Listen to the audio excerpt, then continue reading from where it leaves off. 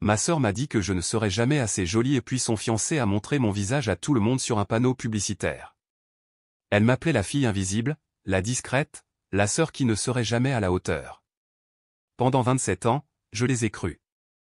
Jusqu'à la nuit où mon visage est apparu sur un panneau d'affichage à Times Square, et où le monde soigneusement construit de ma famille s'est brisé comme du verre. Il s'avère que, pendant qu'il s'acharnait à me dire que je ne comptais pas, je bâtissais un empire qu'il n'avait jamais vu venir. Mon nom était Vance, mais le monde de la mode me connaît sous le nom d'Ivy Veil, et voici l'histoire de comment la fille qu'ils ignoraient est devenue la femme qu'ils ne pouvaient ignorer, et comment parfois la vengeance la plus dévastatrice est simplement de refuser de rester petite. Juste avant que nous y retournions, j'aimerais savoir d'où vous regardez aujourd'hui, et si vous appréciez ces histoires, assurez-vous d'être abonné. Je me souviens du moment exact où j'ai réalisé que j'étais invisible. J'avais 12 ans, debout dans notre salon pendant l'un des dîners de maman, regardant Colette tenir salon comme une petite reine. Elle avait cette façon de pencher la tête quand elle riait qui faisait que chaque adulte dans la pièce se penchait en avant, désespéré de saisir les mots d'or qui pourraient tomber de ses lèvres ensuite. « Colette va être une telle briseuse de cœur », s'était exclamée Madame Patterson, la voisine, en ébouriffant les cheveux blonds parfaitement bouclés de ma sœur. Étage elle.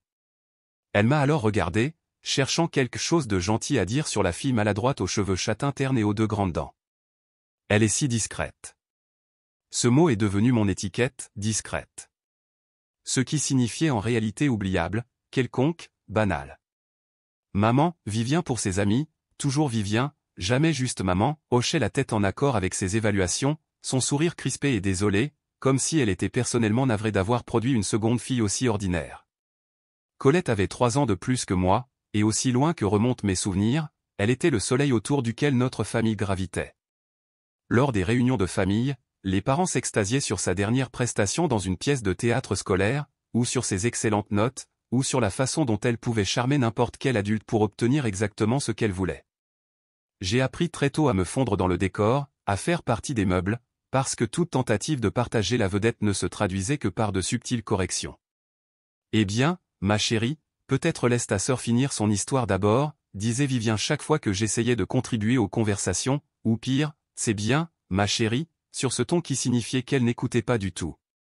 Le pire n'était même pas la négligence, c'était de regarder Colette s'abreuver de chaque goutte d'attention comme si elle y avait droit, comme s'il y avait une quantité limitée d'amour dans le monde et qu'elle méritait de tout accaparer. Elle ne semblait jamais remarquer comment je me recroquevillais chaque fois qu'elle entrait dans une pièce, ou comment je m'écartais automatiquement lorsque les photographes voulaient des photos de famille, sachant instinctivement que je gâcherais la composition. À l'âge de 16 ans, j'avais perfectionné l'art d'être invisible. Je m'habillais de couleur sobre, ne parlais que lorsqu'on m'adressait la parole, et passais la plupart de mon temps à lire dans ma chambre pendant que Colette s'entraînait à ses démarches de concours de beauté dans le couloir. Les rares fois où j'ai essayé de sortir de ma coquille en rejoignant le journal de l'école, en auditionnant pour la comédie musicale du printemps, Colette trouvait des moyens de me rappeler ma place. Elle tente d'obtenir le rôle principal, avait-elle annoncé un soir au dîner, sa voix dégoulinant de faux encouragements. Je trouve ça tellement courageux quand les gens visent des choses qui sont au-delà de leur capacité naturelle. Je n'ai pas eu le rôle. J'ai arrêté d'auditionner pour des choses après ça. L'invitation est arrivée un mardi d'octobre, livrée par coursier dans une enveloppe de couleur crème avec les initiales de Colette gaufrées en or. Même ses faire-part de fiançailles devaient être théâtraux. J'ai fixé l'écriture élégante qui sollicitait ma présence à un dîner intime de célébration à l'hôtel Rosewood, un de ces endroits où les amuse-gueules coûtent plus cher que le budget d'épicerie de la plupart des gens. Une partie de moi se demandait si c'était une erreur. Colette et moi ne nous étions pas parlé depuis des mois, pas depuis l'appel téléphonique gênant où elle m'avait informé qu'elle était fiancée à Sébastien Morrison, héritier d'une fortune technologique sur laquelle je n'avais jamais pris la peine de faire des recherches. Elle avait clairement indiqué lors de cette conversation qu'elle attendait un certain niveau d'enthousiasme de ma part, le genre d'excitation frénétique et fraternelle que je n'avais jamais été capable de fournir. « Tu pourrais au moins faire semblant d'être heureuse pour moi », avait-elle dit lorsque j'avais offert de simples félicitations. « Je suis heureuse pour toi », avais-je répondu, bien que nous sachions toutes les deux que ce n'était pas entièrement vrai. Il était difficile d'être heureux pour quelqu'un qui avait passé toute votre enfance à vous faire sentir que vous preniez trop de place dans le monde. Maintenant, tenant l'invitation, je sentais ce nœud familier dans mon estomac qui accompagnait toute obligation familiale.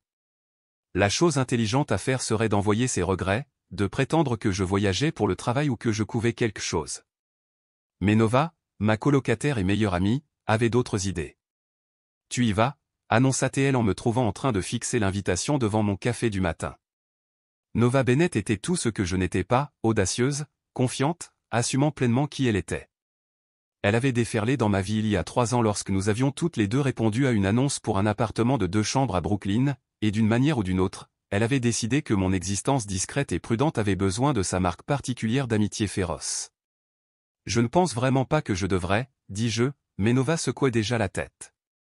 Elle, tu as passé toute ta vie à laisser cette famille te faire sentir petite. Peut-être qu'il est temps de leur montrer qui tu es devenu. Qui j'étais devenu? C'était compliqué, parce que la personne que j'étais devenue était quelqu'un dont aucun d'eux ne connaissait l'existence. Au cours des 5 dernières années, j'avais mené une double vie qui aurait choqué quiconque connaissait la discrète et quelconque élevance. Pour le monde de la mode, j'étais Ivy Veil, un nom que j'avais choisi avec soin, quelque chose qui sonnait à la fois fort et gracieux, quelque chose qui appartenait à une femme qui méritait d'être vue. Cela avait commencé presque par accident.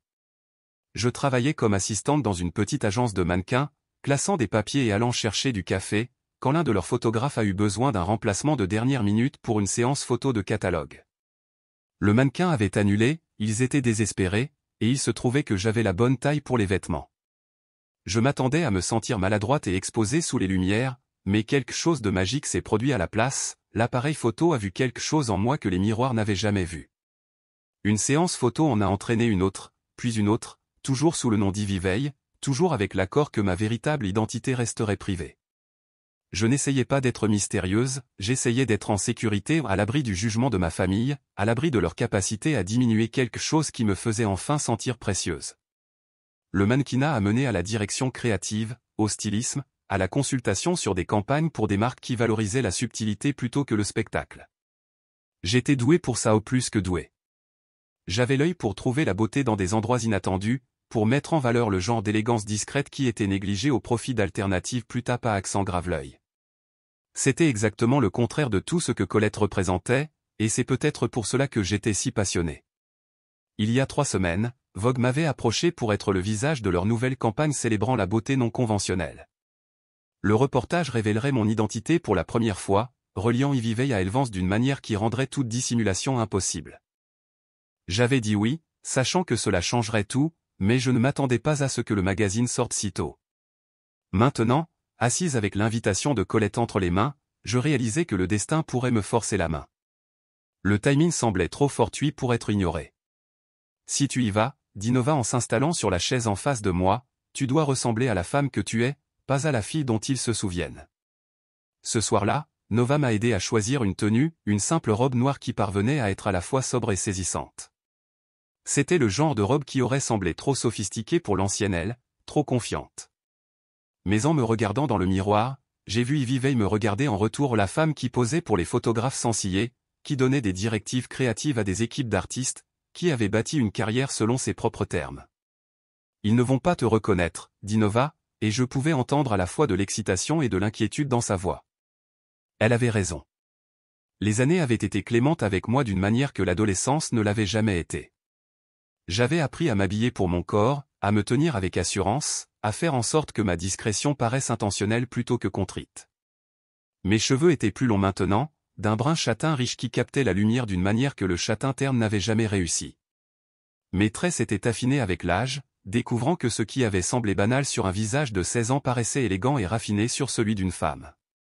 Mais plus que les changements physiques, il y avait quelque chose de différent dans mes yeux, une confiance qui venait du fait de savoir que j'étais doué pour quelque chose, d'avoir construit une vie qui m'appartenait entièrement. C'était le genre de confiance qui ne pouvait ni s'emprunter ni se feindre parce qu'elle venait du fait d'avoir réellement accompli quelque chose qui méritait d'être confiant. La nuit précédant le dîner, je n'ai pas pu dormir. Je n'arrêtais pas de penser à la dernière fois que j'avais vu la plupart de ces gens, à la fête de remise des diplômes universitaires de Colette. J'avais alors 21 ans, encore incertaine de moi, m'en remettant encore automatiquement aux opinions des autres sur qui je devais être. J'avais porté une robe rose pâle qui m'avait complètement affadi, et j'avais passé toute la soirée à aider à la cuisine parce que cela me donnait une excuse pour éviter de faire la conversation. Je me souvenais de la façon dont les amis de Colette m'avaient regardé de haut en bas, comme si je faisais partie des meubles. Je me souvenais avoir entendu l'un d'eux demander à Colette, « C'est ta sœur ? Elle a l'air si différente de toi. » Et la réponse de Colette, elle a toujours été la discrète. Elle n'est pas vraiment à l'aise dans les situations sociales. Pas à l'aise, comme si mon malaise était un trait de personnalité plutôt qu'une réponse apprise à des années de traitement, comme si je n'avais pas tout à fait ma place dans ma propre famille. Mais demain serait différent. Demain, j'entrerai dans cette pièce en tant qu'Yviveille, même s'il ne voyait qu'Elvance. Je me comporterai comme une femme qui était apparue sur des couvertures de magazines, qui avait dirigé des séances photos, qui avait construit quelque chose de significatif de ses propres mains. Je serais discrète si je choisissais d'être discrète, pas parce que quelqu'un d'autre avait décidé que c'était tout ce dont j'étais capable. J'ai parcouru l'Instagram de Colette avant de me coucher, une habitude que je n'avais jamais tout à fait réussi à perdre. Son fil d'actualité était exactement ce à quoi je m'attendais, des photos parfaitement soignées de sa bague de fiançailles, des petits déjeuners artistiquement arrangés, des selfies dans le miroir qui mettaient en valeur des tenues de créateurs. Tout était beau et polié, d'une certaine manière, complètement creux. Mais sur quelques photos, surtout celles où elle était prise au dépourvu, je pouvais voir quelque chose sous la performance, une tension autour de ses yeux, une qualité forcée dans son sourire. Cela m'a fait me demander si toute cette attention qu'elle avait convoitée s'était avérée aussi satisfaisante qu'elle l'avait espéré, ou si elle avait découvert ce que j'avais toujours soupçonné, que jouer le bonheur était épuisant et qu'être vu n'était pas la même chose qu'être connu. L'hôtel Rosewood était exactement le genre d'endroit que Colette choisirait, tout en marbre et cristal, et ce genre de luxe discret qui murmurait, plutôt que ne criait, l'argent. Je suis resté un moment dans le hall, regardant des gens bien habillés passer comme s'ils étaient nés en sachant comment naviguer dans des espaces comme celui-ci, et j'ai senti cette vieille et familière sensation de ne pas tout à fait appartenir. Mais ensuite, j'ai aperçu mon reflet dans l'une des colonnes en miroir, et la femme qui me regardait n'était pas la fille incertaine qui avait l'habitude de se ratatiner dans les endroits chics. C'était Yviveille, qui avait été photographiée dans des lieux bien plus intimidants que celui-ci. J'ai redressé les épaules et me suis dirigé vers la salle à manger privée comme si l'endroit m'appartenait. Les portes doubles s'ouvrirent pour révéler une vingtaine de personnes disposées autour d'une table élégante qui coûtait probablement plus cher que la voiture de la plupart des gens. Tout le monde leva les yeux en entrant, et je vis leur visage passer par la confusion, la reconnaissance, et quelque chose qui ressemblait presque à de la surprise. Ils me connaissaient, mais ils luttaient manifestement pour concilier cette version de elle avec leurs souvenirs. La voix de Colette traversa la pièce, modulée exactement au bon niveau pour paraître accueillante tout en indiquant clairement que mon arrivée était inattendue. Elle se leva de son siège à la tête de la table, resplendissante dans une robe de couleur crème qui portait probablement une étiquette de créateur que j'étais censé reconnaître. « Tu es venu, finalement. » L'accent mis sur « finalement » n'a échappé à personne dans la pièce. C'était la façon de Colette de rappeler à tout le monde que j'étais le membre de la famille qui habituellement ne se montrait pas, celui sur qui on ne pouvait pas compter pour participer aux moments importants, peu importe que j'ai rarement été invité aux moments importants. Bien sûr que je suis venu, dis-je, acceptant sa bise en l'air et essayant de ne pas tressaillir lorsque ses ongles, parfaitement manucurés, naturellement, se pressèrent brièvement contre mon bras. Je ne manquerai pas ton dîner de fiançailles. Sébastien Morrison se leva à côté d'elle, et j'eus mon premier bon aperçu du fiancé de ma sœur. Il était beau de cette manière soignée et coûteuse qui venait de bons gènes et de meilleurs soins de la peau, mais il y avait quelque chose de réfléchi dans son expression qui semblait en désaccord avec une célébration tape à accent grave l'œil. Quand il me serra la main, sa poignée s'attarda juste un instant de plus que nécessaire. « Vous devez être elle, dit-il, et il y avait quelque chose dans sa voix de la curiosité, peut-être, ou de la reconnaissance. Colette m'a tant parlé de vous. Je me demandais ce qu'elle lui avait dit exactement, probablement le récit habituel, petite sœur douce mais quelconque, n'ayant jamais vraiment réussi à se trouver, travaillant dans quelque chose de vague et de créatif. L'histoire que Colette racontait sur moi n'avait jamais beaucoup ressemblé à la réalité, mais c'était la version que notre famille préférait. On m'a installé au bout de la table, entre la cousine Harper, dont je me souvenais comme l'ombre de Colette lors des réunions de famille, et la grand-tante Ruth, qui en était déjà à son 3e verre de vin et critiquait bruyamment les arrangements floraux. C'était le genre de placement qui indiquait clairement que j'étais une pensée après coup, quelqu'un pour qui ils avaient dû trouver une place à la dernière minute. Colette dominait la conversation, comme prévu. Elle tenait salon depuis sa position à la tête de la table, régalant tout le monde d'histoires sur le magasinage de robes de mariée, la recherche de lieux, et les complexités de la planification d'une fête de fiançailles à destination dans les Hamptons. Chaque anecdote était parfaitement conçue pour mettre en valeur son goût raffiné et les généreuses ressources de Sébastien. Nous pensons à la Toscane pour la lune de miel, disait-elle, faisant un geste avec son verre de vin pour souligner ses propos. Sébastien connaît quelqu'un qui a une villa là-bas privée, complètement exclusive. Le genre d'endroit que vous ne pouvez pas simplement réserver, vous devez connaître des gens. Je me suis surprise à observer Sébastien pendant ses performances, curieuse de ses réactions. Il souriait et hochait la tête aux moments appropriés, mais il y avait quelque chose de distant dans son expression, comme s'il observait la scène plutôt que d'y participer pleinement. Une ou deux fois, je l'ai surpris en train de regarder dans ma direction avec une expression que je ne pouvais pas tout à fait déchiffrer. Elle n'est jamais allée en Europe, annonça soudainement Colette, et je réalisai qu'elle devait avoir remarqué que j'observais son fiancé. Elle n'est pas très voyageuse, elle préfère rester près de chez elle. N'est-ce pas, elle? C'était un exemple parfait de la façon dont Colette opérait, prendre un grain de vérité et le façonner en quelque chose qui me diminuait. Oui, je n'avais pas beaucoup voyagé, mais c'était parce que j'avais construit une carrière, pas parce que je manquais d'aventure ou de curiosité. J'avais simplement choisi d'investir mon temps et mon énergie différemment d'elle. J'ai été concentré sur mon travail, dis-je simplement, mais même cette réponse modérée sembla l'irriter. Oh, elle a toujours été si sérieuse à propos de ses petits projets, dit-elle avec un rire qui invitait tout le monde à partager la plaisanterie. Tu te souviens quand tu voulais être photographe? Qu'est-ce que tu disais? Tu allais capturer la beauté que personne d'autre ne pouvait voir. Le souvenir auquel elle faisait référence datait de mes 15 ans, lorsque j'avais économisé pendant des mois pour acheter un appareil photo d'occasion et avais passé tous les week-ends à prendre des photos dans la ville. Les photos avaient été assez bonnes pour que mon professeur d'art suggère que je postule à des programmes spécialisés. Mais quand je les avais montrées à la famille, Colette les avait qualifiées de « bizarres » et « déprimantes », et maman s'était inquiétée que trop se concentrer sur l'art me rendrait encore plus antisocial que je ne l'étais déjà. Je me souviens, dis-je, et il devait y avoir quelque chose dans ma voix, car Harper me regarda avec un intérêt soudain. Elle a toujours eu un si bon œil, dit Harper de manière inattendue. Je me souviens de ces photos que tu as prises de moi à la maison de la plage cet été-là. Je les ai toujours. Je la regardais avec surprise. Harper avait été la disciple dévouée de Colette aussi longtemps que je pouvais me souvenir, quelqu'un qui riait à tous les bons moments et était d'accord avec tout ce que ma sœur disait. Je n'aurais jamais imaginé qu'elle ait gardé quoi que ce soit que j'avais créé. C'est gentil, dit Colette, mais son sourire s'était crispé. Elle n'aimait pas que l'attention s'éloigne d'elle, même brièvement. Elle a toujours été créative. Peut-être qu'elle fait encore ses petits projets de loisirs. Petits projets de loisirs comme si les campagnes que je dirigeais n'avaient pas été présentées dans des publications majeures, comme si le travail que j'avais accompli n'avait pas été loué par certains des noms les plus respectés de la mode. Mais je ne pouvais rien dire de tout cela sans révéler qui j'étais vraiment, et je n'étais pas encore prête pour cette conversation. Mon téléphone vibra avec un SMS de Nova, ta couverture de Vogue est sortie. Tu es partout maintenant, même à Times Square. Je m'excusai pour aller aux toilettes, ayant besoin d'un moment pour digérer ce que Nova venait de me dire. La campagne était lancée, ce qui signifiait qu'en ce moment même, partout dans la ville, les gens voyaient le visage d'Ivy Veil sur des panneaux d'affichage, des arrêts de bus et des couvertures de magazines. Le secret que j'avais gardé pendant 5 ans était sur le point de devenir impossible à maintenir.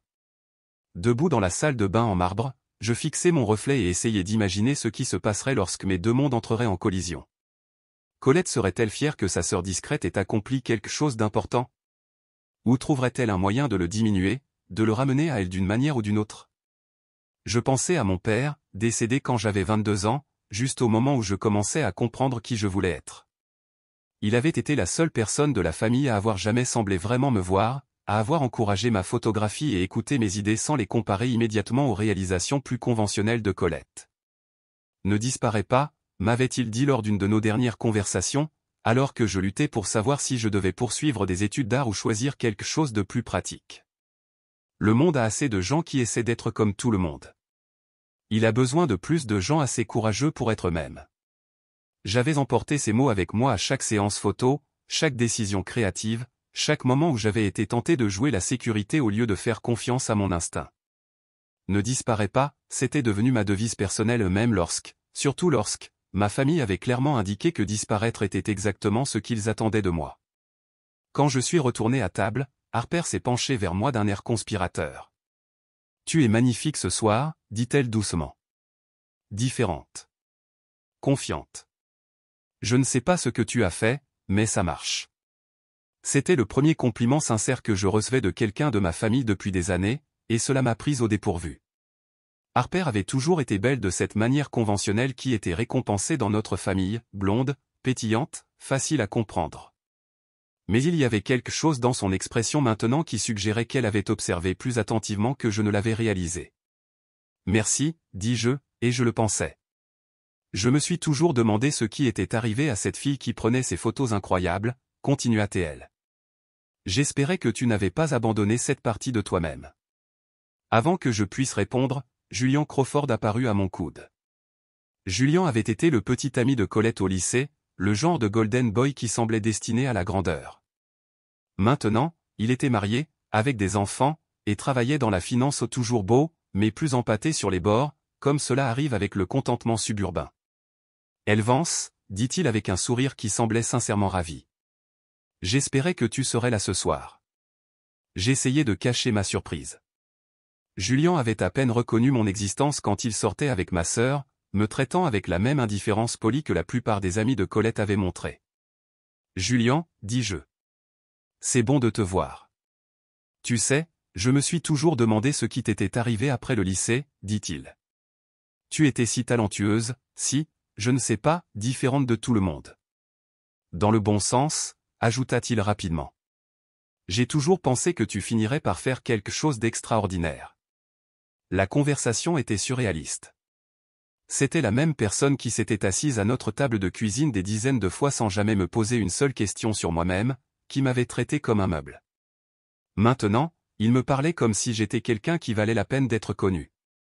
J'ai entendu dire que tu es en ville maintenant, continua-t-il, tu travailles dans la mode ou quelque chose comme ça? Quelque chose comme ça, dis-je prudemment. De l'autre côté de la table, j'ai surpris Vivien en train de regarder notre conversation avec un froncement de sourcils. Ma mère maîtrisait l'art de lire les dynamiques sociales, et elle pouvait sentir quand l'attention se dirigeait dans des directions qu'elle n'approuvait pas. Elle a croisé mon regard et m'a lancé un regard qui disait clairement que je devais mettre fin à toute flirtation inappropriée qu'elle imaginait se produire.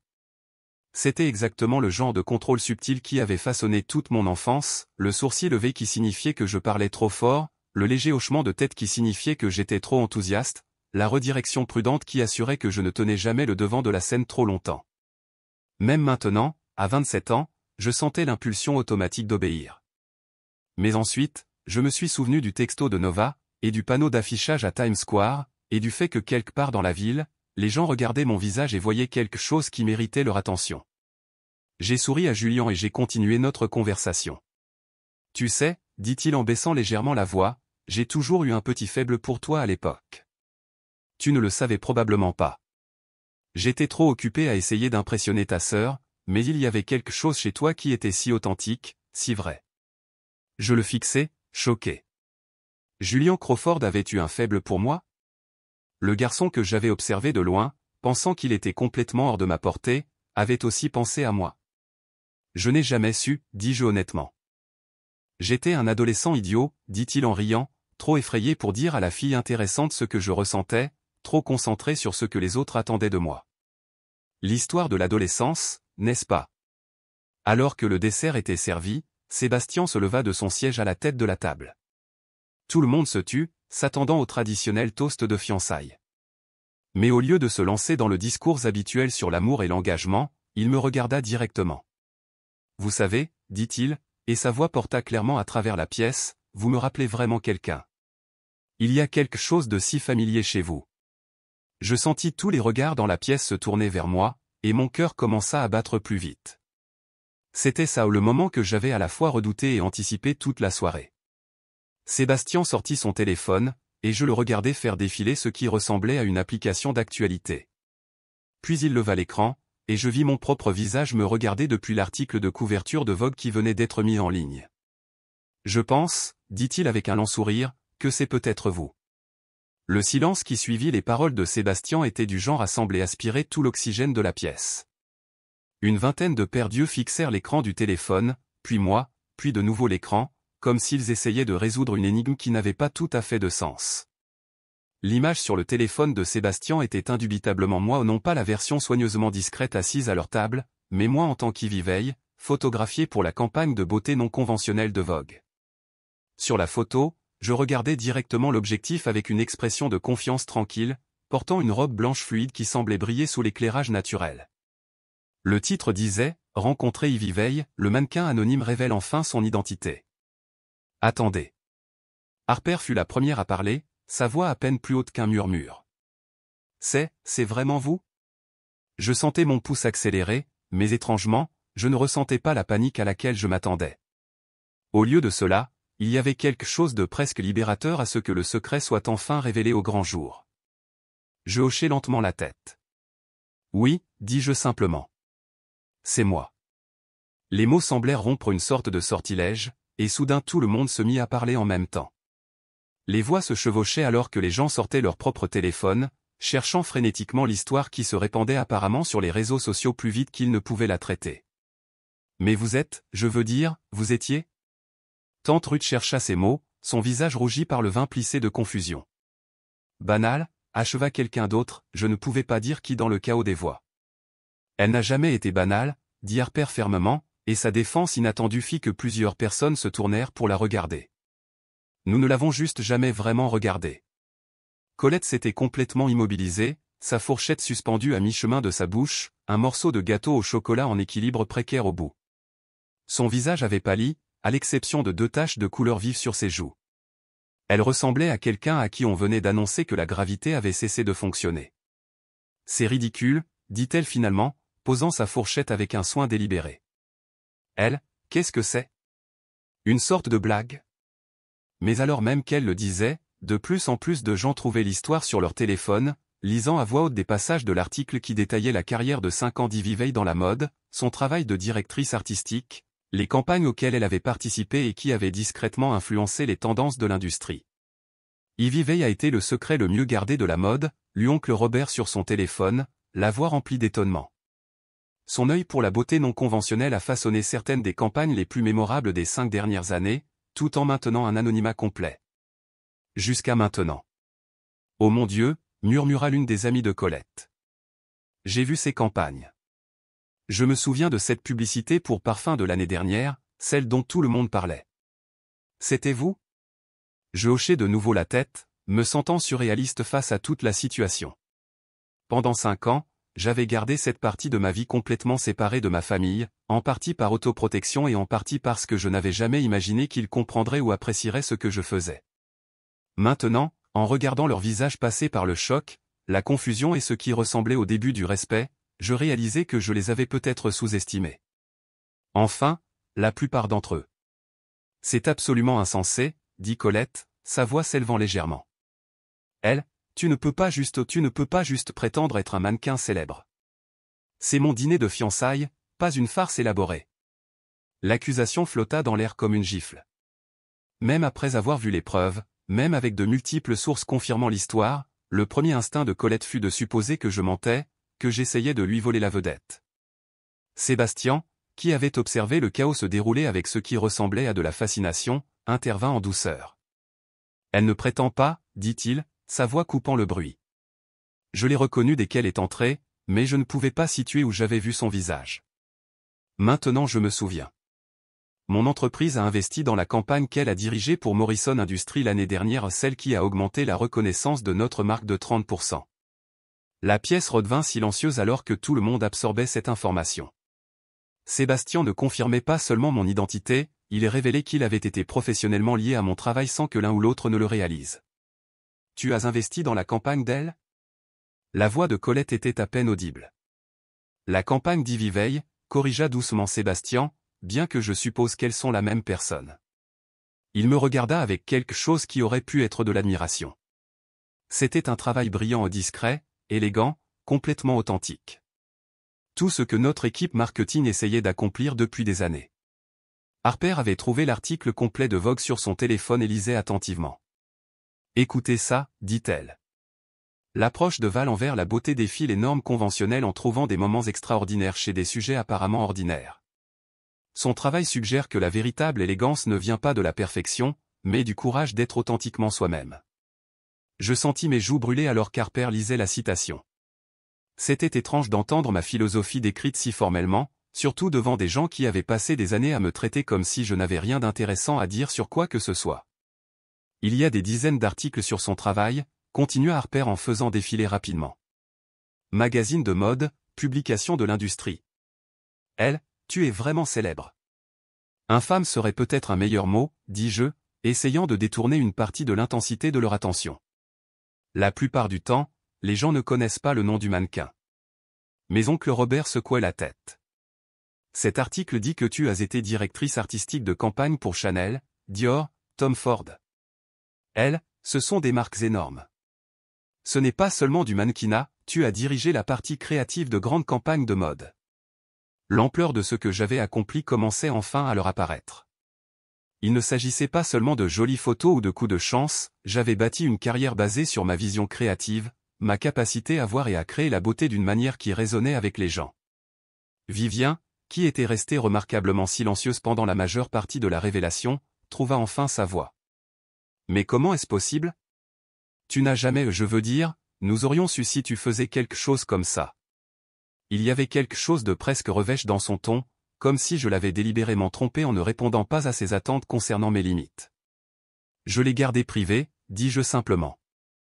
Je voulais construire quelque chose selon mes propres termes, sans complication.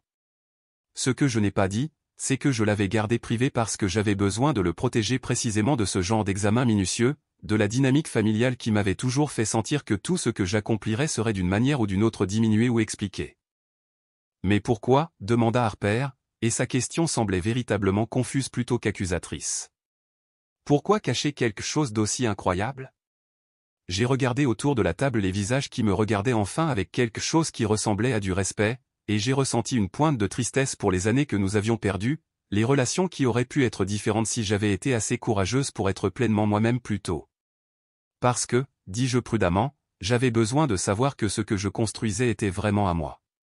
J'avais besoin de me prouver que je pouvais réussir sans compter sur les relations familiales, ni sur des explications, ni sur des attentes quant à qui j'étais censé être. Sébastien hochait lentement la tête, et je pouvais voir de la compréhension dans son expression. Vous vouliez savoir que les gens appréciaient votre travail pour ce qu'il était, pas à cause de vos relations. Exactement. Colette était devenue de plus en plus pâle et rigide tout au long de cet échange. Maintenant, elle se leva brusquement, sa chaise raclant le sol. C'est ridicule, dit-elle de nouveau, mais sa voix avait une qualité cassante qui fit que tout le monde la regarda avec inquiétude. Elle, je ne sais pas à quel jeu tu joues, mais c'est censé être à propos de mes fiançailles. C'est mon moment, et tu essaies de le gâcher avec une fantaisie élaborée sur le fait d'être un mannequin de mode. Les mots flottaient dans l'air comme un défi. Même après avoir vu plusieurs sources confirmer l'histoire, même avec le témoignage professionnel de Sébastien, Colette ne pouvait tout simplement pas accepter que sa petite sœur banale ait accompli quelque chose de remarquable. Colette, dit Harper doucement, ce n'est pas une fantaisie. Regarde les photos, lis les articles. C'est réel. Mais Colette était au-delà de toute raison. Elle attrapa son sac à main et se leva, le visage rouge de colère et de quelque chose qui ressemblait à de la panique. J'ai besoin d'air, annonça-t-elle. Toute cette soirée a été où je ne peux pas gérer ça maintenant. Elle se dirigea d'un pas furieux vers la porte, puis s'arrêta et se retourna pour faire face à la table. Vous savez quoi? Très bien. Félicitations. Tu as réussi à transformer mon dîner de fiançailles en ta soirée de révélation. J'espère que tu es heureuse. Et sur ce, elle disparut, laissant derrière elle une pièce pleine de gens la regardant, choqués. Vivien, ayant l'air mortifié par le comportement de sa fille aînée, rassembla ses affaires et se précipita après Colette, jetant des regards d'excuses par-dessus son épaule mais ne s'excusant pas réellement auprès de moi.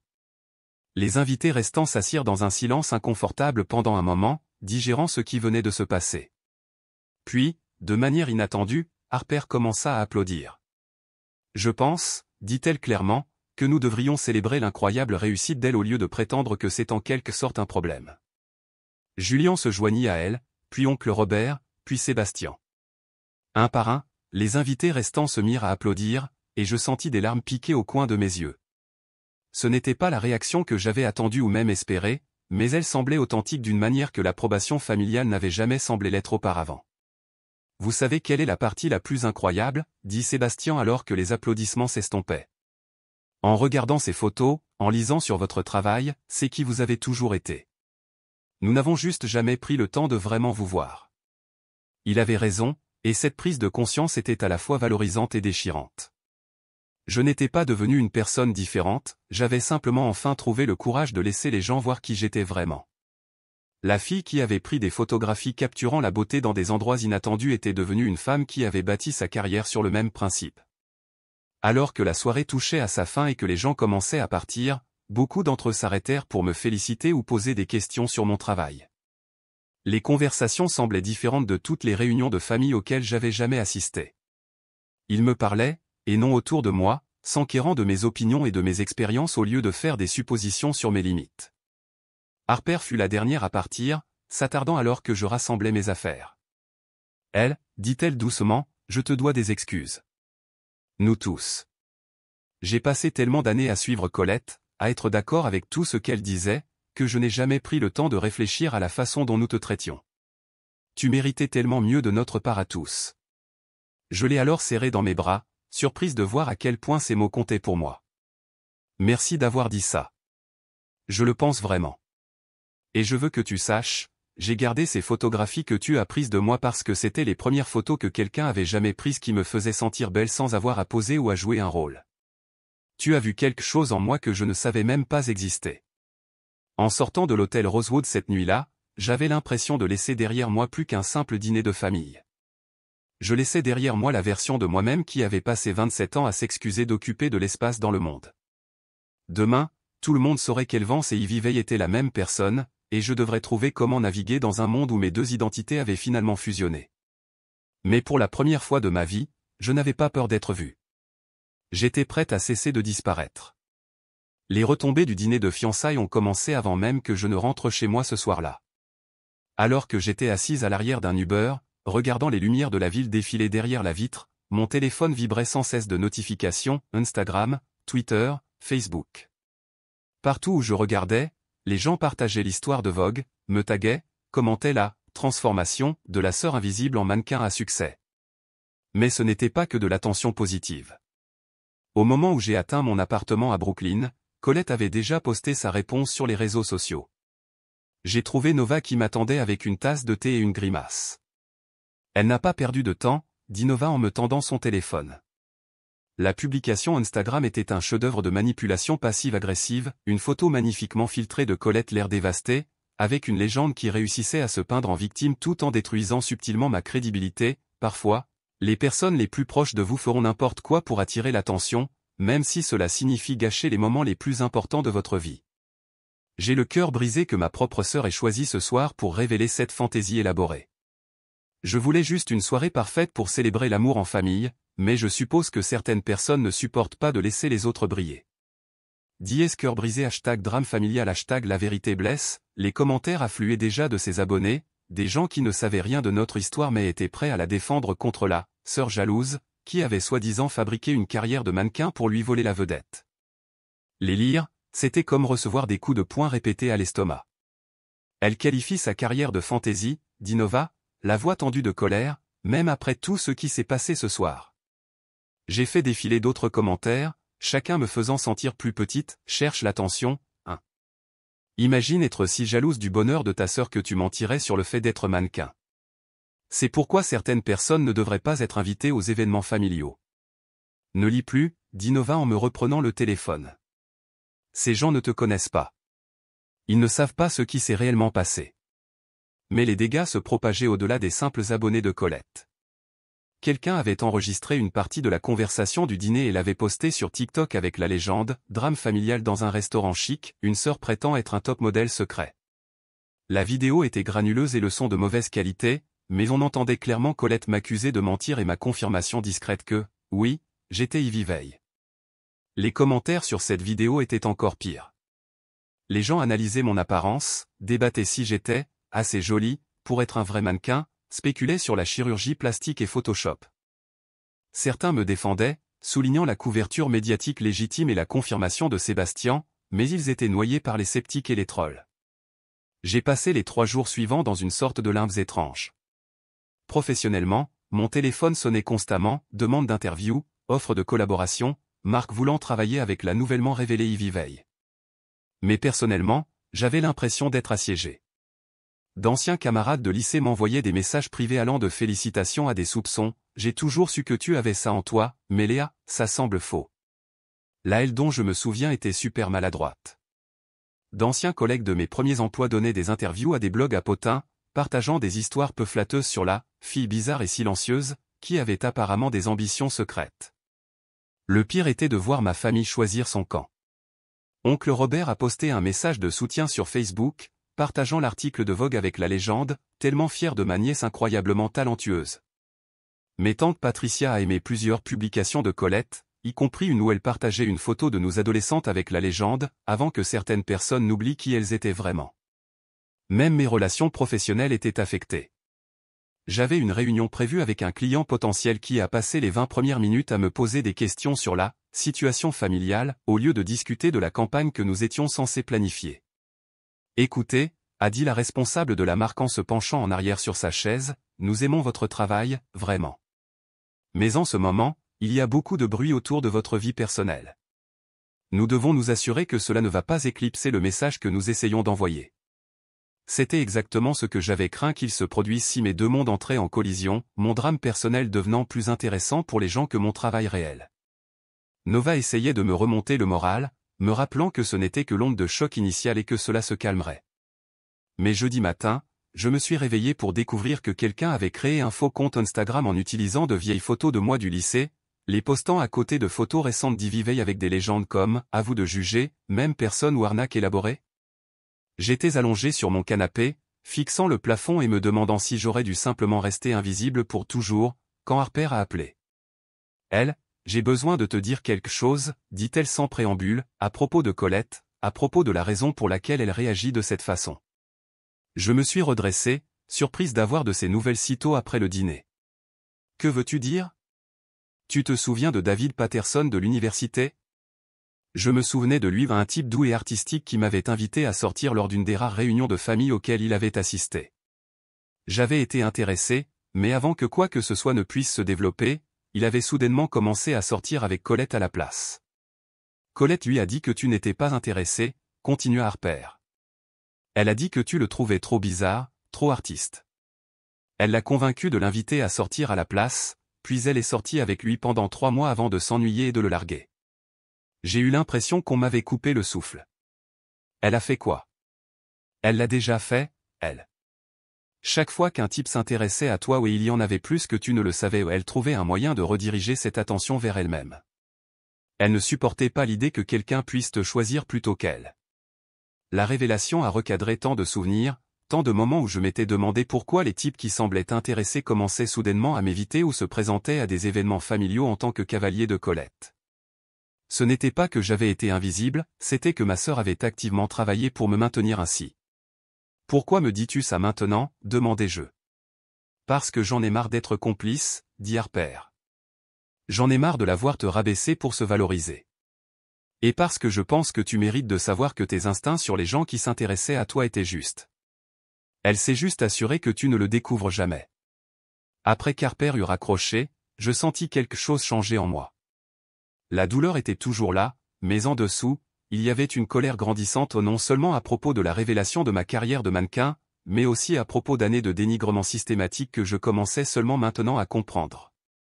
Quand Sébastien appela ce soir-là, j'ai failli ne pas répondre. Une partie de moi supposait qu'il appelait pour arranger les choses avec Colette, peut-être pour me demander de minimiser toute la situation pour le bien de leur relation. Elle, dit-il quand j'ai finalement décroché, j'ai besoin de te voir. Pouvons-nous nous rencontrer quelque part en privé? Nous nous sommes rencontrés dans un petit café du village, loin de tout endroit où nous pourrions rencontrer la famille ou des photographes mondains. Sébastien avait l'air fatigué, comme s'il n'avait pas bien dormi, et il y avait quelque chose de différent dans sa manière moins polissée, plus incertain. J'ai rompu les fiançailles, dit-il sans préambule. J'ai failli m'étouffer avec mon café. Tu as fait quoi? Ce matin. Je ne pouvais pas, elle. Ces derniers jours m'ont montré des choses sur Colette que je ne peux pas ignorer, la façon dont elle essaie de détruire ta réputation, la façon dont elle mobilise les gens contre toi. Ce n'est pas la femme que je pensais épouser. Je le fixais, choqué. Sébastien, tu n'as pas à faire ça à cause de moi. Ce qui s'est passé au dîner ne concernait pas toi et Colette. Vraiment? Il se pencha en avant, son expression intense. Elle, j'ai suivi ta carrière pendant 2 ans sans savoir que c'était toi. Tes campagnes, ta direction créative. Ce travail m'a parlé d'une manière que rien de ce que Colette n'a jamais dit ou fait n'a réussi. Et quand j'ai réalisé que tu étais la même personne qui était assise tranquillement en arrière-plan lors des événements familiaux, laissant tout le monde te traiter comme si tu étais invisible? Il passa une main dans ses cheveux, luttant clairement pour articuler ce qu'il ressentait. Je n'arrêtais pas de penser à ce que tu as dit cette nuit-là, sur le besoin de prouver que tu pouvais construire quelque chose qui t'appartenait vraiment. Cela demande une force incroyable, elle. Et puis j'ai regardé Colette essayer de tout démolir plutôt que de célébrer ton succès, et j'ai réalisé que je ne connais pas vraiment la femme que je prévoyais d'épouser. La conversation semblait surréaliste. Il y a 3 jours, Sébastien était le fiancé de ma sœur, quelqu'un que je connaissais à peine au-delà des interactions familiales polies. Maintenant, il me disait que mon travail avait influencé ses sentiments à propos de sa relation, que voir comment ma famille me traitait lui avait ouvert les yeux sur quelque chose de fondamental dans le caractère de Colette. Je ne sais pas quoi dire, admis-je. Tu n'as rien à dire. Je voulais juste que tu saches que quelqu'un voit ce que tu as accompli et que te voir gérer toutes ces critiques avec une telle grâce a été inspirant. En rentrant chez moi cette nuit-là, j'ai eu l'impression que le sol s'était dérobé sous mes pieds à nouveau. Les fiançailles de Colette étaient terminées, du moins en partie à cause de ce qui s'était passé au dîner. J'aurais dû me sentir vengé, mais au lieu de cela, je me sentais épuisé. Tout ce que je voulais, c'était construire une vie où je pourrais être valorisé pour qui j'étais vraiment. Je n'avais jamais eu l'intention de détruire le bonheur de quelqu'un d'autre dans le processus. Mais ensuite, je me suis souvenu de la révélation d'Harper sur David et de toutes les autres fois où Colette avait activement travaillé à me diminuer. Peut-être que cela ne concernait pas du tout mes actions. Peut-être que c'était les conséquences naturelles du fait de maltraiter les gens qui la rattrapaient enfin. Le reportage de Vogue est sorti en version imprimée la semaine suivante, et avec lui est venue une reconnaissance professionnelle que je n'avais jamais connue auparavant. Le magazine avait fait un reportage complet, 6 pages de photographie et une interview approfondie sur ma philosophie de la beauté, mon processus créatif et mon parcours de mannequin anonyme à directrice artistique. Mais plus que le prestige du placement dans le magazine, ce qui m'a ému, ce sont les réponses des lecteurs. Mon Instagram, que j'avais finalement rendu public sous mon vrai nom, était inondé de messages de jeunes femmes qui disaient que mon histoire les avait inspirées à poursuivre leurs propres rêves créatifs malgré le scepticisme familial ou la pression sociale. Je cache mon art depuis des années parce que ma famille dit que ce n'est pas pratique, a écrit une adolescente.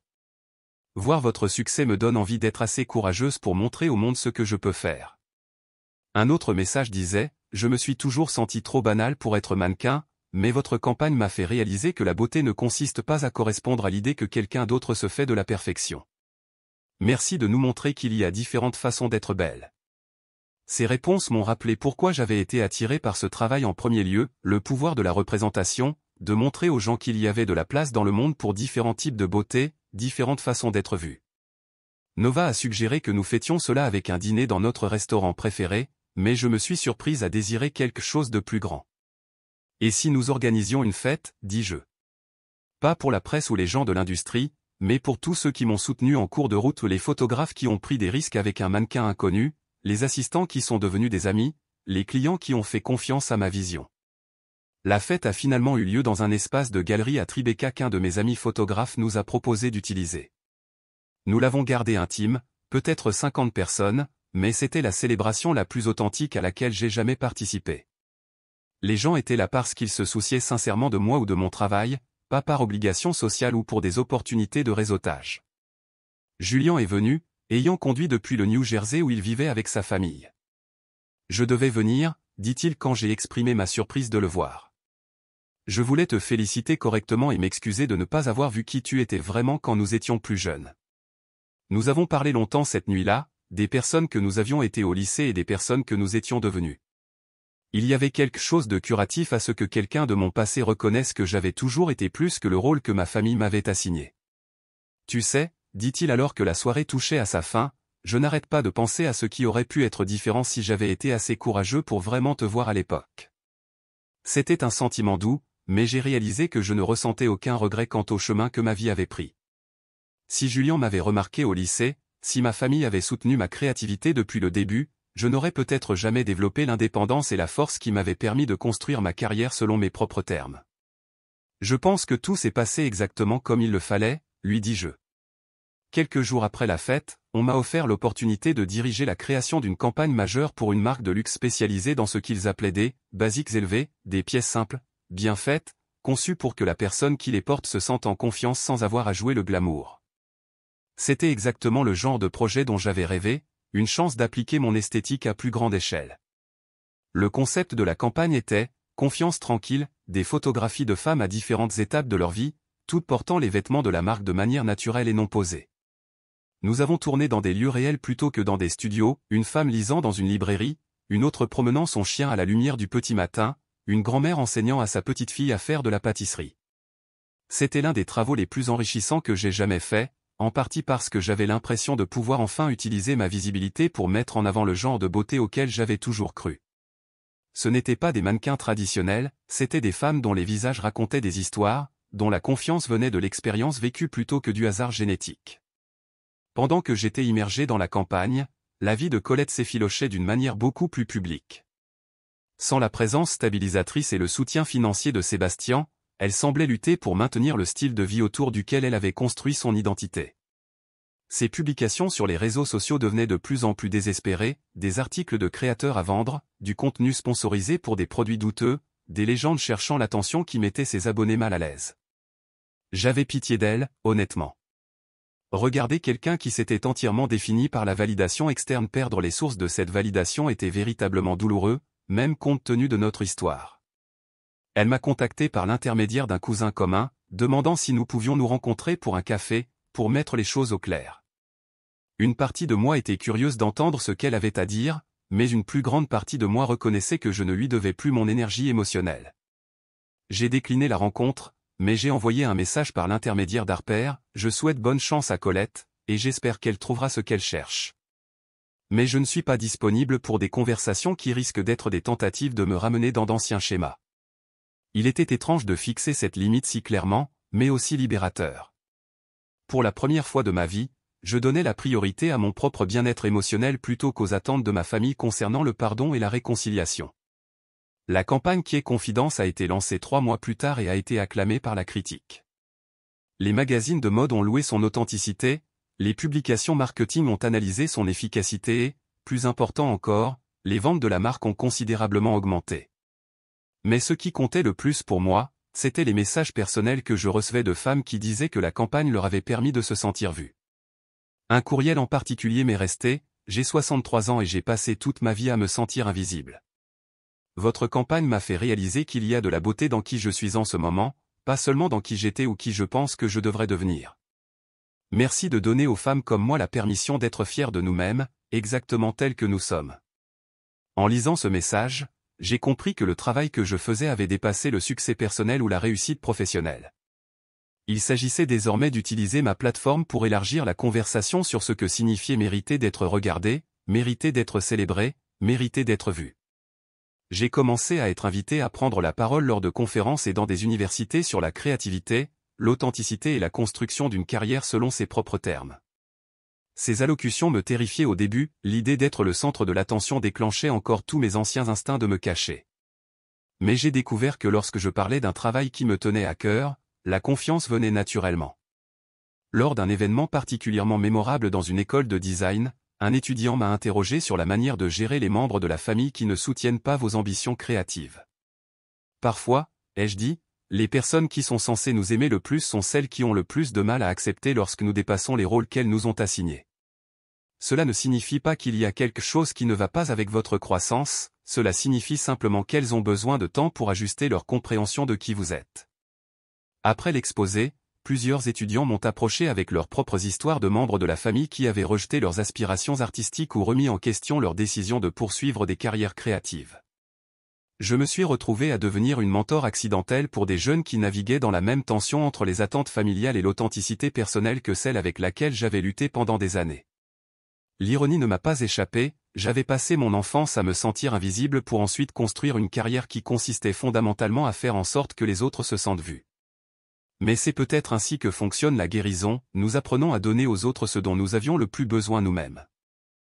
1 an après le dîner de fiançailles qui a tout changé, je me suis retrouvé dans la maison vide où j'avais grandi. Vivien avait finalement décidé de vendre la maison familiale, et elle m'avait demandé de passer pour récupérer tout ce que je voulais garder avant la vente successorale. Parcourir ces pièces, c'était comme voyager dans le temps. Voici la cuisine où j'avais appris à me rendre invisible lors des réunions de famille.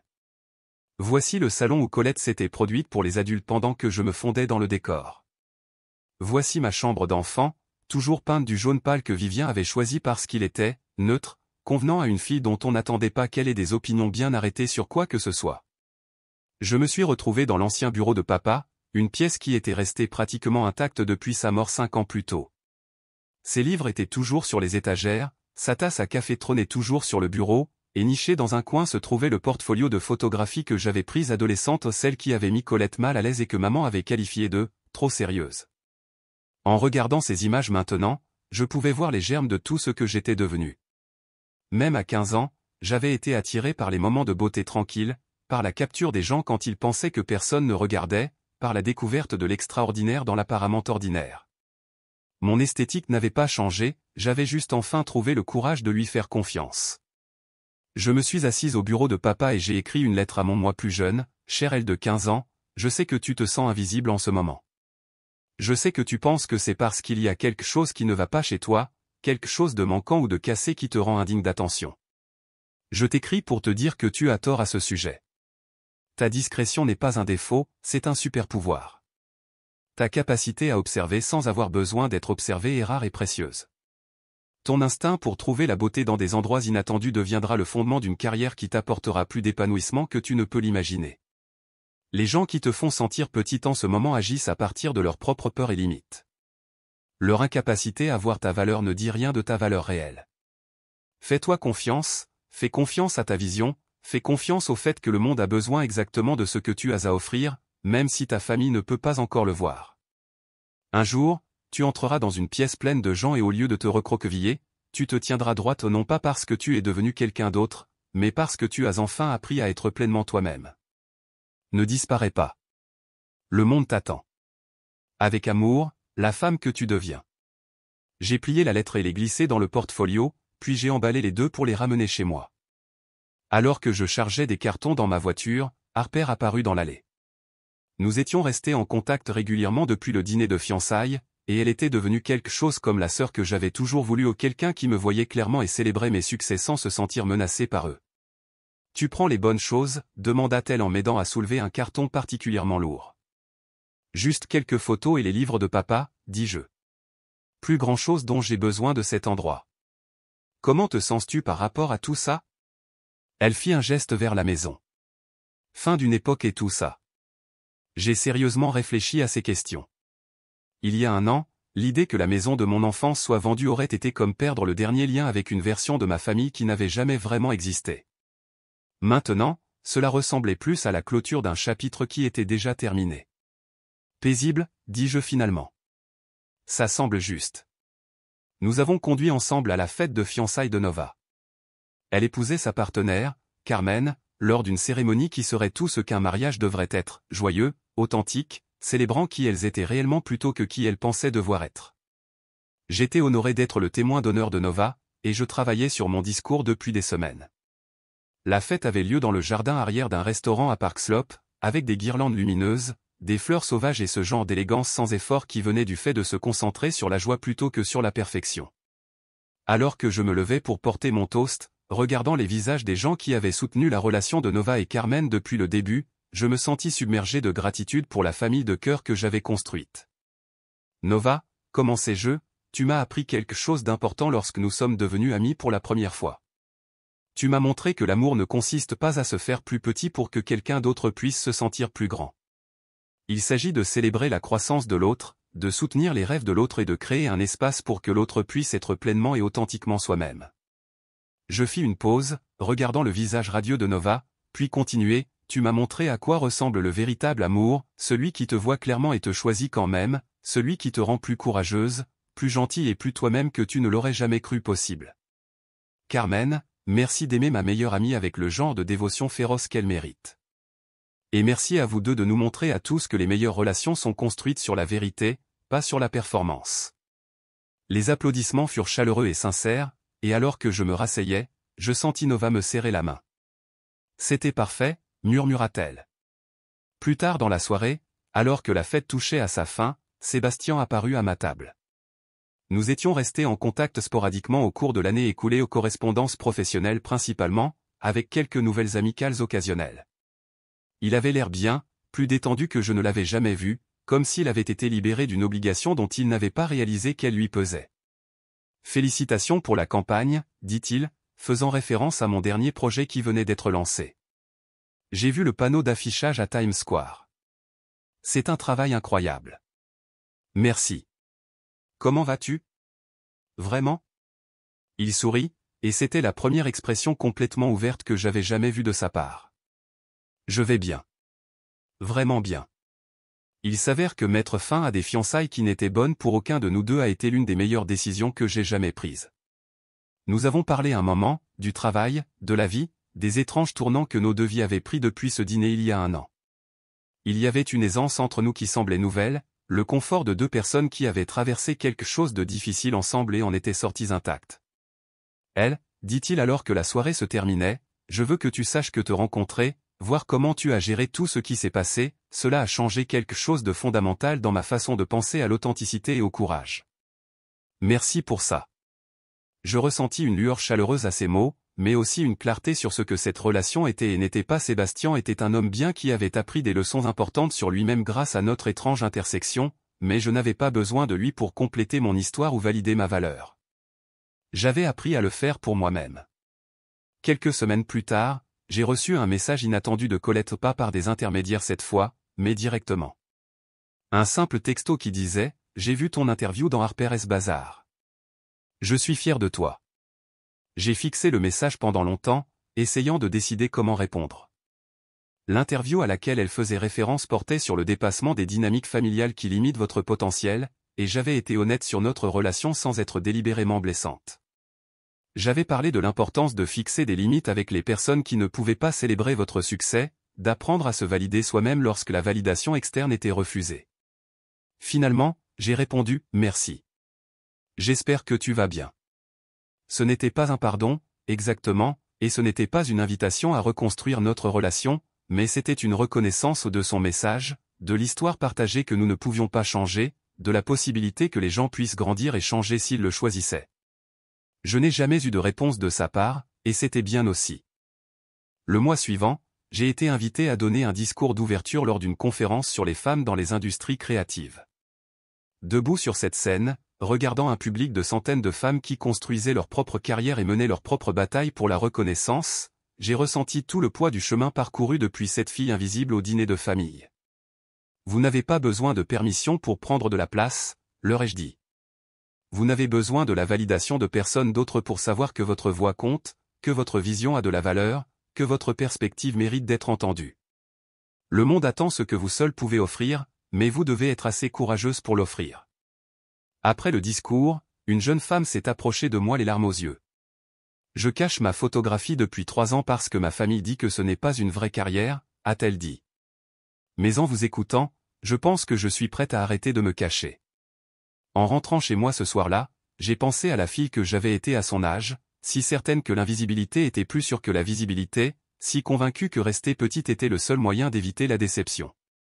J'aurais aimé pouvoir revenir en arrière et lui dire ce que je savais maintenant, qu'être vu était effrayant, mais être invisible l'était encore plus, que la validation de personnes qui ne vous connaissaient pas vraiment ne valait rien comparé à la profonde satisfaction d'être véritablement connu et apprécié pour qui vous étiez réellement. Je me suis garé dans mon allée et je suis resté assise dans la voiture un moment, regardant les fenêtres de la maison que j'avais construite avec Nova, pensant à la vie que j'avais créée entièrement selon mes propres termes. Demain, je me réveillerai et continuerai le travail que j'aimais, entouré de gens qui voyaient et célébraient la vraie moi. J'utiliserai ma voix pour mettre en avant d'autres personnes qui méritent d'être vues. Je continuerai à devenir plus pleinement moi-même chaque jour qui passe. Debout devant le miroir de ma salle de bain ce soir-là, enlevant le maquillage que j'avais porté pour la conférence, j'ai regardé mon visage, le visage qui était apparu sur des panneaux d'affichage et des couvertures de magazines, mais plus important encore, le visage qui appartenait à une femme qui avait appris à se valoriser correctement. « Tu es toujours assez », dis-je à mon reflet, et pour la première fois de ma vie, je l'ai complètement cru. Que découvririez-vous sur vous-même si vous cessiez de croire aux histoires des autres sur qui vous êtes censé être ? Aimez et abonnez-vous pour plus d'histoires sur la recherche de votre voix lorsque le monde essaie de vous faire taire.